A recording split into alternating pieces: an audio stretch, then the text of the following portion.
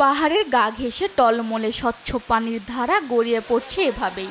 শুষ্ক মৌসুমের মলিনতা শেষে বর্ষার শুরুতে ঝর্ণাগুলো এখন ফিরেছে স্বমহিমায়।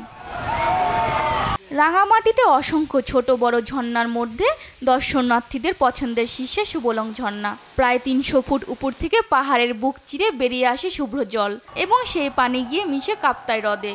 ঝর্ণা শীতলে বাড়িধারা মুগ্ধ করে দর্শনার্থীদের।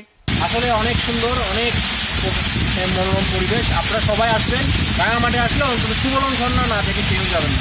প্রকৃতির যে একটা যে মায়া, সেই মায়া তিনি যেন হাত মেলে দিয়েছেন এই প্রকৃতির মাঝখানে। সুবলং ঝর্ণাটা আসলে খুবই সুন্দর, খুব ভালো লাগছে। এখানে আমি আমার ফ্যামিলি নিয়ে এসেছি, এনজয় করছি, মজা করছি। বর্ষাকাল শুরু হয়, মানে ঝর্ণাগুলো যখন পরিপূর্ণ থাকে তখনই আমরা চলে আসি। এসব ঝর্ণা শুধু পর্যটকদের মন কাড়ে না, স্থানীয়দের কাছেও জনপ্রিয়। ঝর্ণার পানিতে ভিজে পর্যটক ও স্থানীয় প্রকৃতিপ্রেমীরা নেন আত্মিক প্রশান্তি।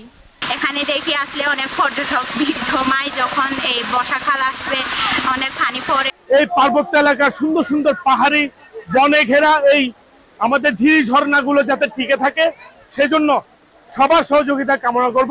পাহাড়ের এই লাবণ্যতা ধরে রাখতে কোন ধরনের গাছ লাগালে ঝর্ণাগুলোতে সারা বছর পানি থাকবে সেই বিষয়গুলো নিয়ে গবেষণার উদ্যোগ নেওয়ার কথা জানান জেলা প্রশাসক।